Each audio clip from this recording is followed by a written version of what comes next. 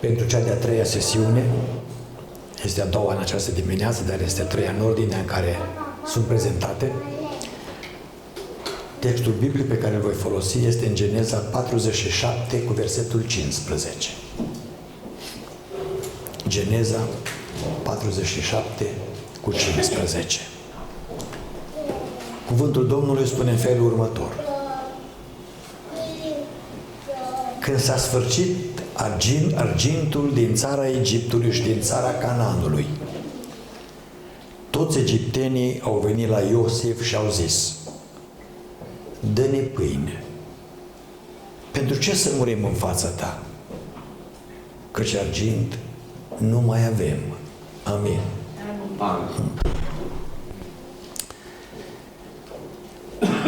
Am spus de multe ori și am să spun și în dimineața aceasta, nu încetez să mă minunez ori de câte ori citesc cuvântul Domnului.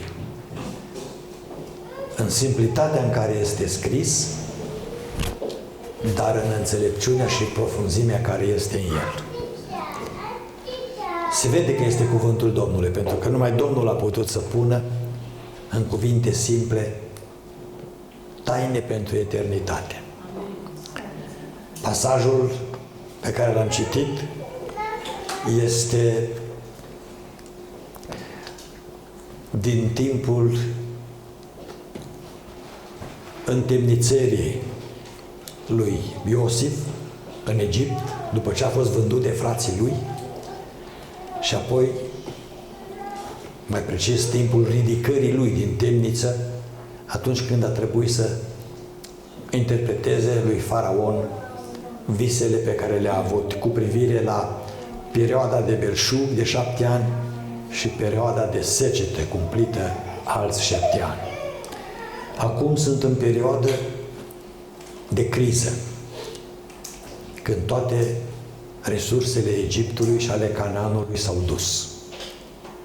Oamenii au ajuns la disperare și de ce aici spune cuvântul Domnului, au venit la Iosif pentru că era vice-faraon, prim-ministru. Fă ceva cu noi, dă-ne de mâncare, pentru că nu mai avem argint, adică nu mai avem bani.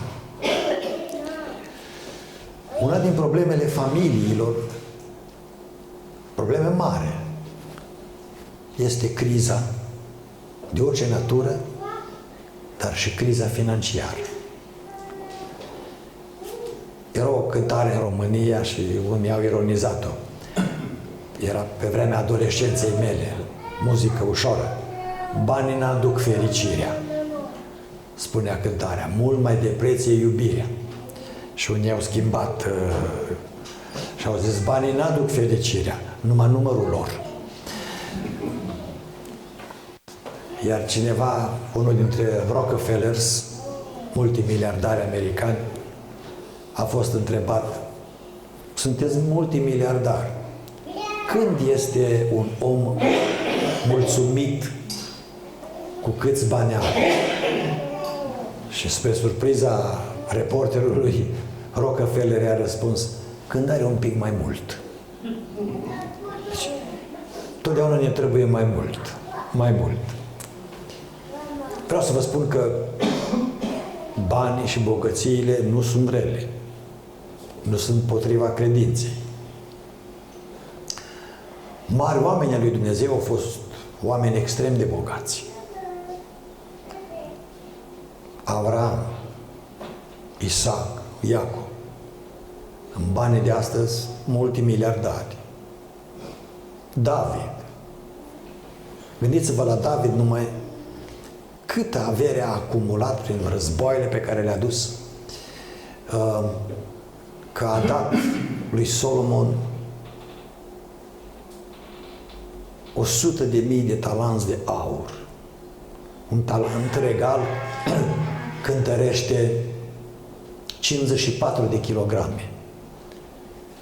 A dat 1.000.000 de talanți de argint și a dat cantități imense de cupru, de fier pentru templu. În banii de astăzi, David a donat câteva miliarde de dolari pentru construcția templului, în echivalentul aurul, argintul și... Deci templul a fost o construcție cum n-a mai existat pe vremea lui Solomon. Poleit cu aur și pe dinăuntru și pe din afară. Când răsărea soarele și bătea soarele în templu, era o splendoare, o lumină. De aceea împărații vecini întotdeauna au tânjit să cucerească Ierusalimul, să pună mâna pe aurul de la templu. Când Iisus Hristos a făcut profeția către apostoli că va veni vremea, că nu va fi piatră pe piatră din templu care să nu fie răsturnată. Istoricul roman Iosifus Flavius, el a fost preot evreu, dar era de o brilianță extraordinară. A luptat împotriva lui Titus Flavius Vespasianus, care a nimicit Ierusalimul și templul. Pentru că era preot și s-a ocupat de apărarea templului, dar a fost capturat și printre lucrurile bune pe care romanii le-au avut, pe lângă cele rele, a fost acela că, așa ca și Nebucadnețar, au știut să prețuiască oamenii inteligenți, oamenii intelectuali. Și Nebucadnețar a luat, a spus, crema inteligenței iudaice, hai să-i educăm, și a făcut prim-ministri, guvernatori, nu, Daniel, Șadrac, Meșac, Abednego. Cine erau căpetenii în Babilon după Nebucadnețar? Evrei. Și romanii au făcut la fel. Și când au văzut cât este de inteligent Iosifus, i-au schimbat numele în Iosifus Flavius. Flavius era numele dinastiei Cezarilor, care au cucerit Ierusalimul. Prima a fost Flavius Vespasianus, apoi Titus Flavius și apoi Domitian. L-au dus la Roma și Iosifus Flavius a devenit un istoric de seamă. A scris despre războaiele iudaice, a scris despre evenimentele care s-au petrecut la templu și printre altele Iosifus Flavius scrie în felul următor: eu m-am ocupat de apărarea templului și generalul Titus, era fiul cezarului acum, și care a devenit apoi cezar, a dat ordin și a spus să fie păstrat templul.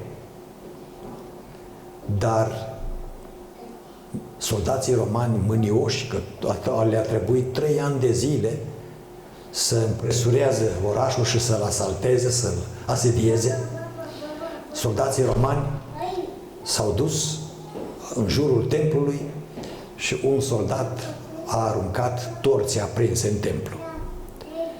Și având și lemn uscat, cedru, nu? A început să ardă, s-a făcut un foc imens și focul acela a început să topească aurul de pe pereți și de afară și dinăuntru.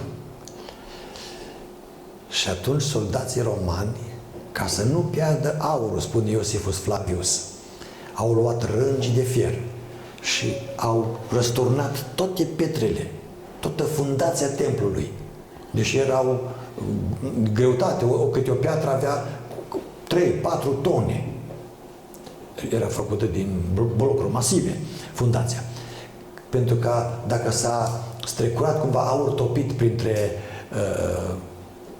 pietre, să poată să fie găsit, să poată să fie luat. Iisus Hristos a spus, nu va fi piatră pe piatră care să nu fie dărâmată.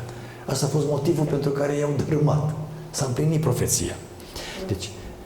Deci, în istoria biblică, avem oameni bogați. Isaia a fost un om bogat, profetul. Nu mai vorbim de împărații lui Iuda. Ezra, Neemia. Avem nevoie de oameni care să fie bogați. Altfel nu se poate face lucrarea lui Dumnezeu. Noi trebuie să evangelizăm până la marginile pământului. Cu ce evangelizăm?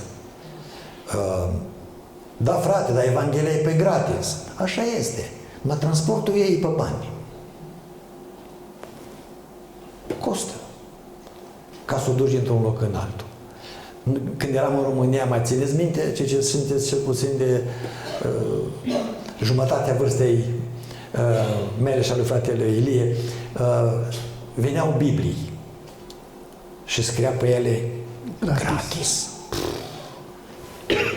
Era gratis pentru români, dar ca să fie produse Bibliile acelea, cineva de aici din vestul trebuie să plătească. Credeți? Da. Pe gratis nu le tipărește nimeni. Și hârtia de Biblie și tiparul sunt foarte scumpe. Să știți că sunt foarte scumpe. Pentru că hârtia e specială ca să nu se împrăștie culoarea și scrisul. Trebuie o hârtie specială. Iar tipărirea costă. Legatul costă. Dar pentru noi erau pe gratis și ne-am învățat că toate să fie pe gratis. În America avem un proverb. Nu este breakfast pe gratis, lunch pe gratis, dinner pe gratis. Toate se plătesc. Deci banul, bogăția, argintul, aurul nu sunt interzise de Biblie. Ceea ce Biblia condamnă este iubirea de bani. Dacă ești preocupat numai de bani și nu vezi altceva, nu vezi nevoia în lucrarea Domnului, nu vezi pe sărac, nu vezi pe văduvă, nu vezi misionarul care își riscă viața. Mulțumesc Domnului, avem acum în România peste 100 de misionari. În sfârșit, Biserica Pentecostală Română trimite misionari.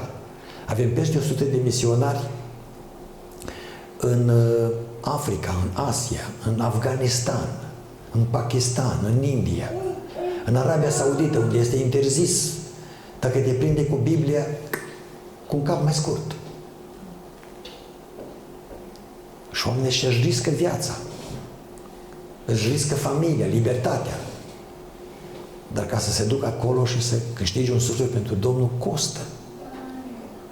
Și mă bucur de bisericile și de frații care au un pic de business și care au venituri, știu să sponsoreze, să ajute. Dar nu numai odată, că nu numai se mâncă odată la Paști, odată la Crăciun.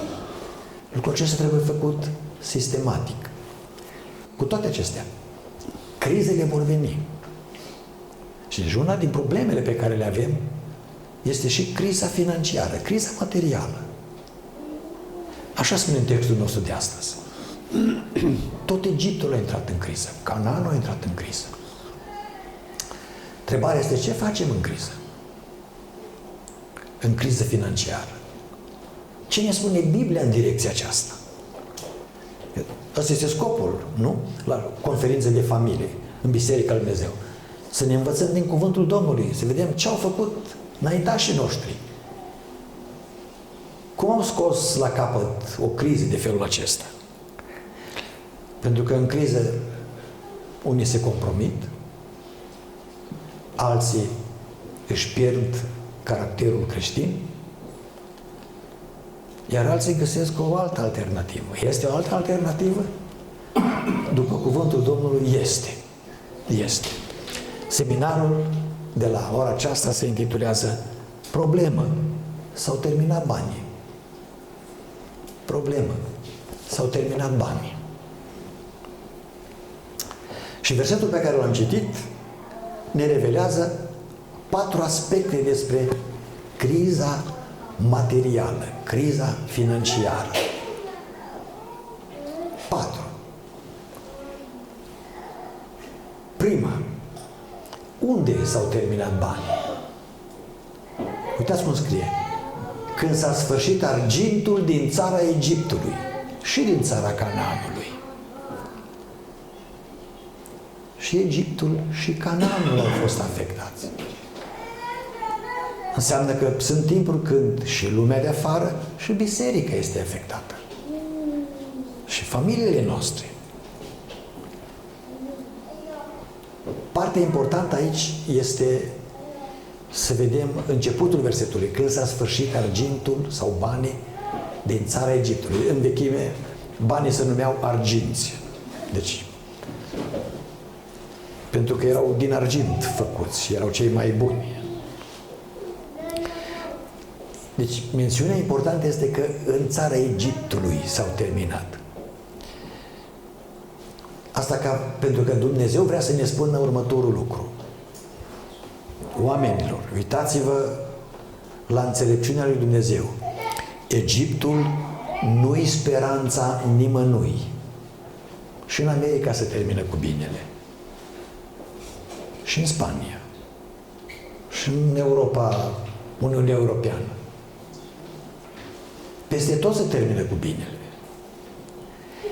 Egiptul este sortit judecății divine, pentru că e simbolic pentru lume.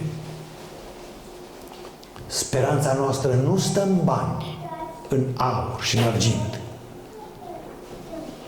Și Biblia ne spune, apoi trage linie, după ce le adună pe toate, zice, să nu vă îngrijorați de nimic. Ușor de zis, greu de aplicat, așa e? Uitați ce spune Domnul Iisus Hristos. Matei 6, 19 la 21, 25, 31 la 34, citesc așa în ordine. Nu vă strângeți comori pe pământ, unde le mănâncă molii și rugina și unde le sapă și le fură hoții, ci strângeți-vă comori în cer, unde nu le mănâncă moliile și rugina și unde hoții nu le sapă, nici nu le fură. Pentru că unde este comora voastră, asta e marea problemă. Acolo va fi și inima voastră. Amin. Deci, dacă numai de bani și nu mai știi de biserică, nu mai știi de familie, numai de bani, nu te mira că le pierzi pe amândouă. Și familia și biserica. Îți pierzi și sufletul. De aceea vă spun, versetul 25, nu vă îngrijorați de viața voastră gândindu-vă ce veți mânca sau ce veți bea. Nici de trupul vostru gândindu-vă cu ce vă veți îmbrăca. Oare nu este viața mai mult decât hrana și trupul mai mult decât îmbrăcămintea? Nu vă îngrijorați tare zicând ce vom mânca, ce vom bea, cu cine vom îmbrăca, fiindcă toate aceste lucruri neamurile le caută. Egiptul. Tatăl vostru cel ceresc știe că aveți trebuință de ele. Căutați mai întâi împărăția lui Dumnezeu și neprihănirea lui. Și toate aceste lucruri vi se vor da pe deasupra. Nu vă îngrijorați doar de ziua de mâine, că ziua de mâine se va îngrijora de ea însăși. Ajunge zilei necazul ei. Amin. Amin. Deci, în vreme de criză, lumea nu-i răspunsul nostru, deși trăim în lume. Dar nu e Egipt, nu e America răspunsul, nu este Uniunea Europeană, nu este China, nu este Rusia, nu este Israel. Domnul spune, eu v-am creat, eu știu de ce aveți nevoie. Deci acest lucru trebuie să ne rămână mereu în minte și în inimă. El are putere. Am să vă reamintesc o ilustrată, cred că am spus-o rândul trecut, dar noi predicatorii aplicăm pe Apostolul Pavel, care zice, v-am mai scris de lucrurile acestea. Și nu mi-e greu să... Dar nu mi-e greu să le repet, pentru că pentru mine e ușor, iar vouă vă prinde bine. Amin. Că repetiția este mama învățăturii. În 1985, când am inaugurat biserica din Ploiești, începuse sărăcia cea mai lucie în România sub timpul lui Ceaușescu, timpul comunist. Și sigur că dacă am ajuns să inaugurăm o biserică în vremea comunismului, a fost o realizare mare, o mare binecuvântare din partea lui Dumnezeu și noi ca biserică am vrut să ne bucurăm. Am invitat un cor de la Cluj, au venit 40 de persoane. De asemenea, au venit rude, 9 rude am avut în familie, împreună cu pastorul Teodor Codreanu, a venit și el de la Timișoara. Am vorbit cu frați să ne ajute, să împărțim. Fratele Ilegu, sora Viorica au fost printre primii. Și dacă nu puteau, trebuia să ne ajute. Am zis, găzduiți câțiva, câți puteți și să le dați de mâncare. La noi, la masă, au venit 32 la mează.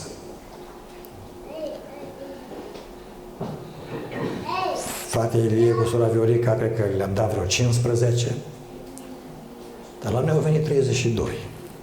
Era greu să procuri mâncare. Era foarte greu. Era frate Peteuș. Și da, Dumnezeu ne-a ajutat și am făcut mâncare. Deci 32 plus 9 câți aveam dintre rude, noi 4 în familie. Am stat la masă, la mează și am mâncat. N-au plecat imediat să se întoarcă. Au zis că pleacă noaptea cu trenul. Ne-am dus la biserică după masă și de la biserică ne-am dus cu ei la gară. Pe când am ajuns la gară, s-a anulat trenul, că așa era. Când nu era curent, nu era nici benzină, știți cum era. Și următorul tren era pe la 1 noapte. Apartamentul pe care îl aveam nu eram chiar departe de gara de vest, care mergea spre Ardeal. O jumătate de oră pe jos. Deci asta se numea autobuzul numărul 2. Că trebuia să umbli, știți? Și am zis cu soția, ce facem? Nu putem sta aici până la ora 1 noaptea cu ei. Hai să îi ducem au rămas 17. Hai să-i ducem la noi. Și soția mi-a zis, dragă, îi ducem, dar nu mai avem să le dăm de mâncare. Pentru că n-au rămas, nu știu, vreo 5, 6, 7 sarmale, dacă au mai rămas. Îți auziți bine? 5, 6, 7 sarmale și poate o farfurie de supă. Restul avem o franzelă, altceva n-avem. Salam nu era, altceva nu era. Și am zis, dragă, noi îi ducem, eu le spun că n-avem, ce să le dăm să mănânce, că asta era, trebuia să fie deschis. Și spunem, ce avem, punem în fața voastră. Mănânce surorile, câte una, câte o sarmală, una, o lingură de supă. Și i-am dus pe toți 17 acasă, plus 9 de rude, noi 4 în familie. Ne-am așezat în living room și am zis, fraților, ne pare rău că ați avut experiența asta cu trenul. Noi ne-am bucurat că ați venit să ne onorați evenimentul. Uitați care este treaba. Noi v-am dat altă la mează de mâncare, dar acum nu mai avem să vă dăm. Ne este greu să spun lucrul acesta, însă nu avem. Soția s-a uitat în oală și o că mai avem 6 sau 7 sarmale, au reușit să numere acolo, și o farfurie sau 2 de supă. Dintre surori care vrea să mănânce și avem și o franzelă, rupem câte un miez ca la cina Domnului și ce să, asta este. Restul vă dăm apă să beți. Dar frații au înțeles, n-au fost supărați. A zis, nicio problemă, frate Lazar, nicio problemă, că noi știm unde suntem. S-au așezat la masă și am întrebat, care dintre surori vreți sarmale, care vreți să încercați cu supa? Am ridicat vreo 2 mâna sus, la ce să se îmbie, că nu era la ce să se îmbie. Și ne-a rugat Domnul. Și soția a zis, adu o farfurie să pun supa într-o farfurie. Și a pus, aproape că a umplut farfuria. M-am dus și am pus-o pe masă. Am luat altă farfurie și s-a umplut farfurie de supă. Am luat altă farfurie și s-a umplut. De 30 de ori. De 30 de ori.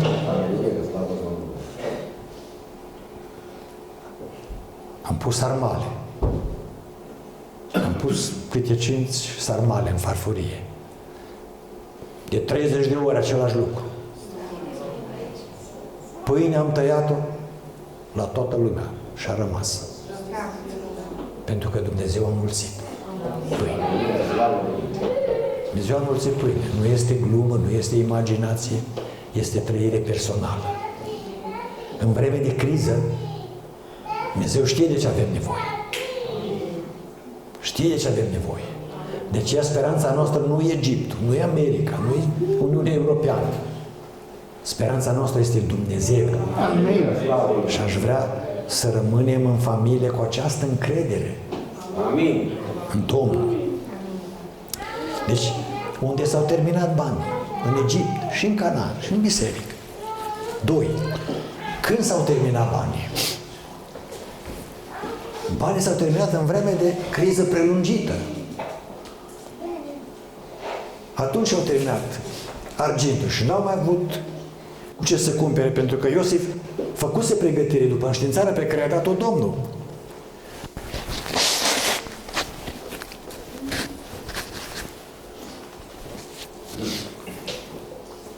A făcut depozite pentru grâne. Însă criza a fost prea lungă și rezervele familiilor s-au dus. La o criză prelungită se termină resursele. Și când se termină resursele, frați și surori, iubite familii, puneți acest verset la inimă. Psalmul 46 cu versetul 1. Dumnezeu este adăpostul și sprijinul nostru, un ajutor care nu lipsește niciodată în nevoi. Glorie de El. Niciodată. Niciodată. Credeți că spune degeaba David în Psalmul 37 cu versetul 25? Am fost tânăr și am îmbătrânit, dar n-am văzut pe cel neprihănit părăsit, nici pe urmașii lui cerșindu-și pâinea. Chiar dacă lumea ar muri de foame, chiar dacă Egiptul este bătut complet cu tot felul de plăgi și ruinat, nici grâu, nici vite, nimic, în Goșen, unde erau evrei, erau de toate. Erau de toate. Era belșug.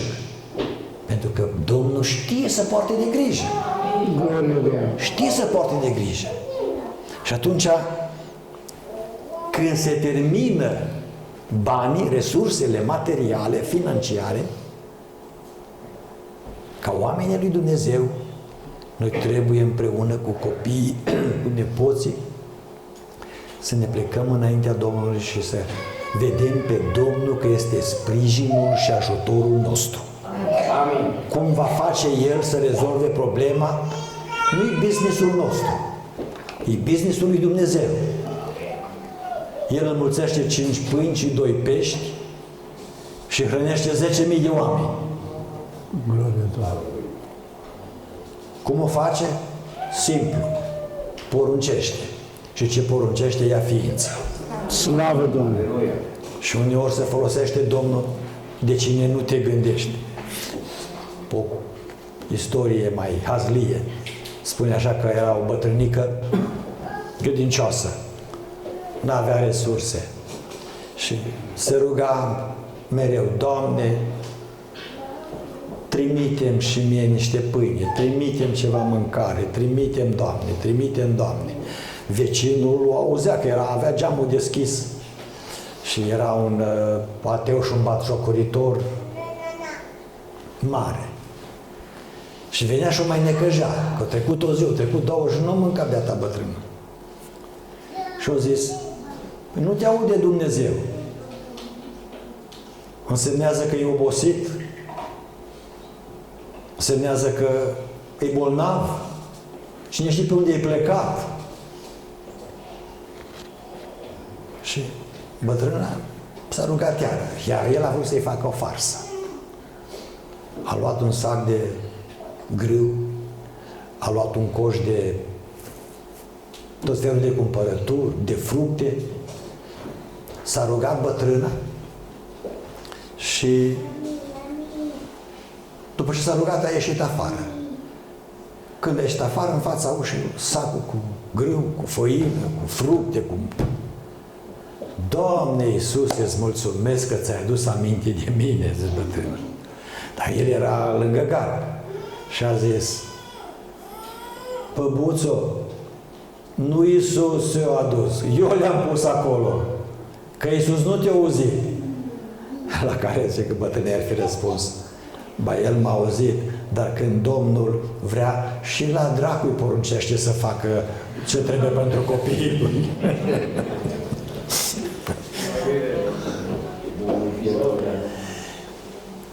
E businessul lui Dumnezeu cum procedează.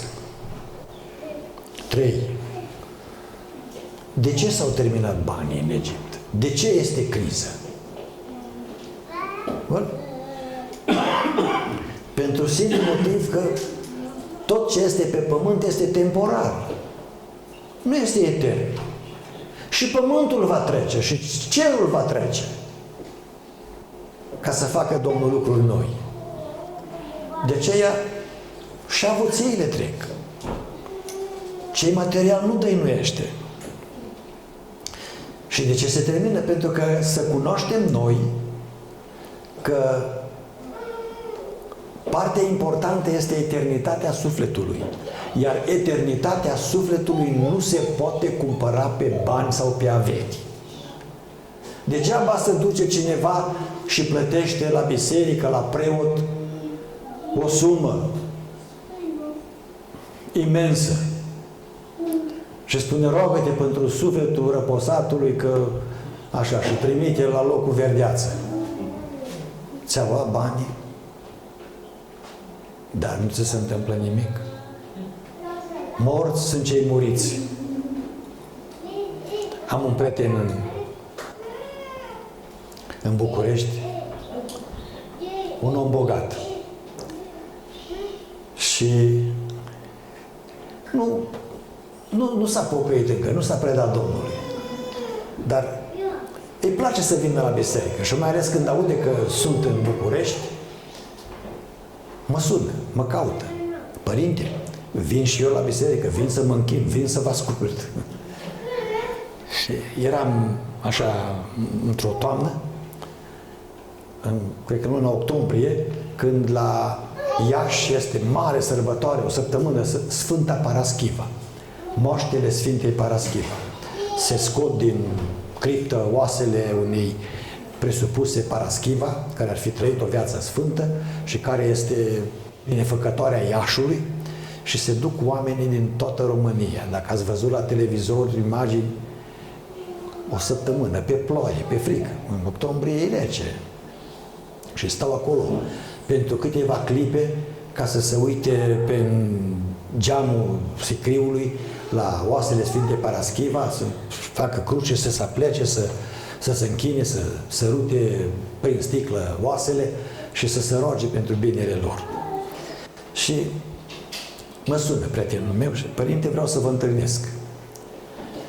Și eram chiar și cu soția atunci în România și vreau să luăm și pe doamna și să ieșim la o masă undeva. Vreau să mai povestesc și eu cu dumneavoastră. Gata. Am stabilit ziua și a venit dânsul cu soția, eu cu soția și prietenul meu cel mai bun din România, fratele Puiu Onoriu, cu soția. Ne-am dus la un restaurant. Mâncând și povestind, zice prietenul meu: părinte, vreau să vă spun ceva.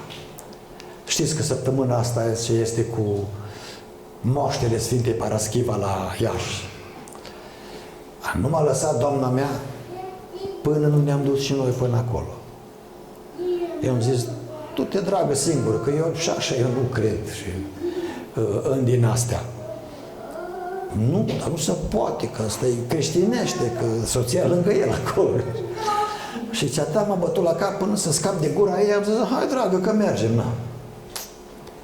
Și am pregătit mașina. Cum să mergi cu mâna goală? Că eu țin minte din Biblie și din predicile dumneavoastră că înaintea Domnului și înaintea omului lui Dumnezeu să nu mergi cu mâna goală. Să mergi cu un dar, să ajuți. Am cumpărat vreo 10 costume bărbătești,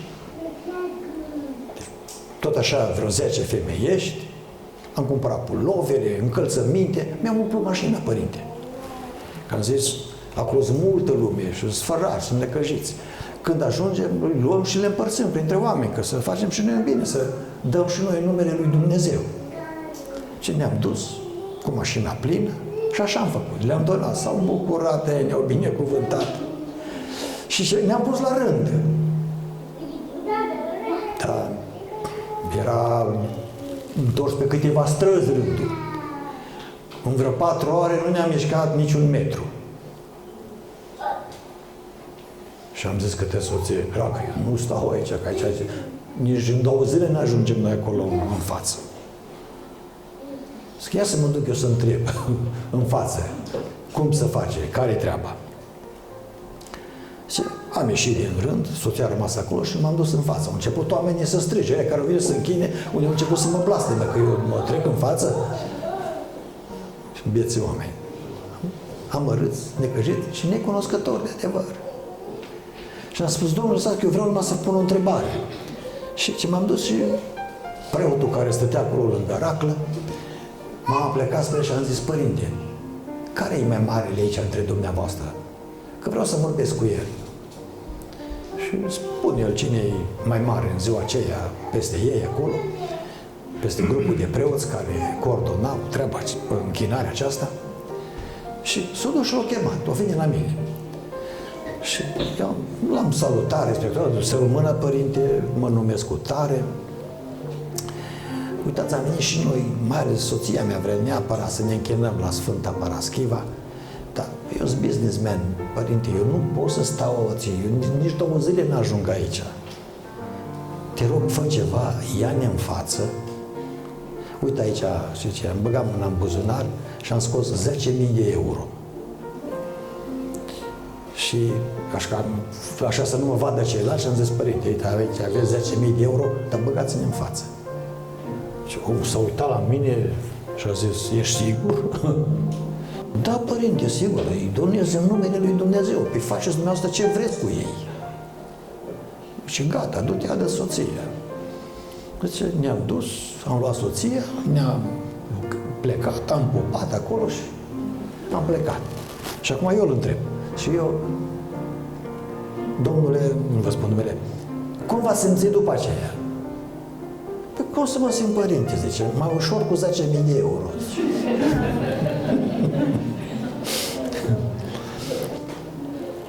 Lucrurile pământești nu ajută la mântuire. La mântuire. Psalmul 49, versetele 6 și 7 spune foarte clar în privința aceasta.